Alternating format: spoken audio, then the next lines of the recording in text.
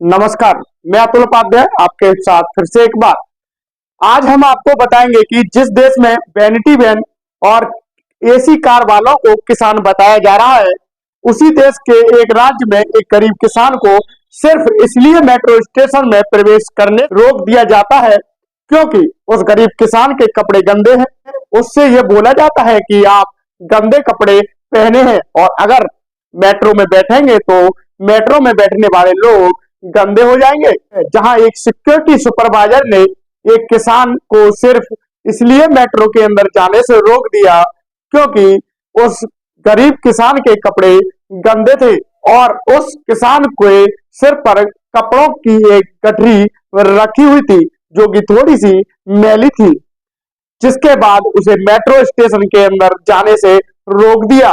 और इतनी बेइज्जती होने के बाद भी किसान हंसता रहा, मुस्कुराता रहा और यह सोचता रहा कि शायद मुझे भी बाकियों की तरह अंदर जाने दिया जाएगा। लेकिन जब काफी समय तक उस किसान को अंदर जाने नहीं दिया तो वहां खड़े लोगों ने इसकी आवाज उठाई और पूछा कि क्या गंदे कपड़ों की वजह से कोई सफर नहीं कर सकता? क्या यह अमीरों के लिए मेट्रो है? क्या सभी गंदे कपड़े पहनने वालों को अंदर जाने नहीं दिया जाएगा? उस किसान के पास टिकट भी है।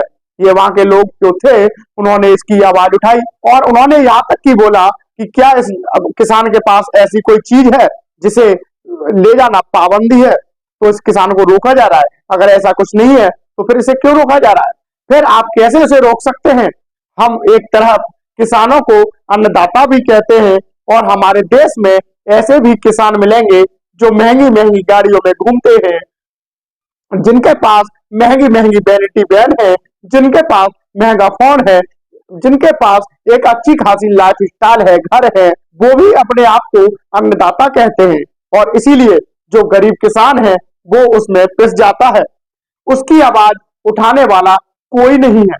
लेकिन आज हम उन गरीब किसानों की आवाज उठा रहे हैं जिनके पास महंगे घर नहीं है, महंगे फोन नहीं है, गाड़ियां नहीं है, जो अपना रोज का कमाते हैं और रोज का खाते हैं।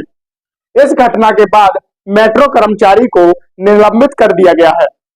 और जब हम उन गरीब किसानों की बात करते हैं तो जो महंगे घर, महंगे कपड़े, महंगी गाड़ियों में घूमते हैं, उन किसानों के आगे इन गरीब किसानों की आवाज दब जाती है क्योंकि असली अन्नदाता यह वैनिटी वैन और महंगी गाड़ियां वाले किसान नहीं है, बल्कि असली अन्नदाता यह किसान है जो अपने अपमान पर भी मुस्कुराता रहता है, विद्रोह नहीं कर रहे, धरना नहीं दे रहे, रोड जाम नहीं कर रहे, चुपचाप खड़े होकर अपना अपमान सह रहे हैं और अपने हक के लिए खड़े हैं कि शायद मेरा नंबर आएगा, मुझ पर तरस खाया जाएगा और मुझे अंदर जाने दिया जाएगा।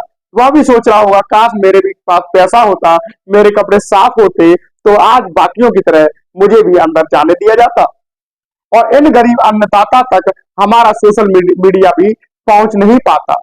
असली अन्नदाता की गरीबी कैसे होती है इन किसानों से पूछिए जो 200 या 300 पर दिहाड़ी मजदूरी करता है और अपने परिवार का पेट पालता है।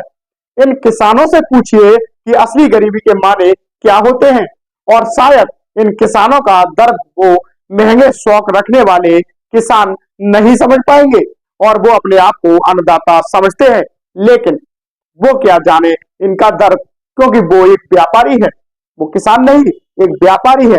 और इस देश में एक जाति के साथ सबसे ज्यादा भेदभाव होता है और वो पता है कौन सी जाति है? गरीबी की जाति। इस जाति के साथ भेदभाव इतना होता है, लेकिन स्वाभिमान गरीबों का नहीं अमीरों का होता है, ये सबको लगता है।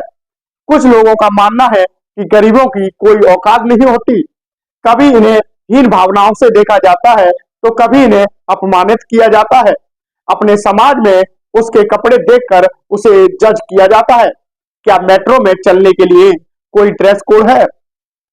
वहीं इसका वीडियो वायरल होने के बाद लोगों की प्रतिक्रियाएं लगातार सामने आ रही है। इसके बारे में आप क्या सोचते हैं? कमेंट करके जरूर बताइएगा। जय श्री राम।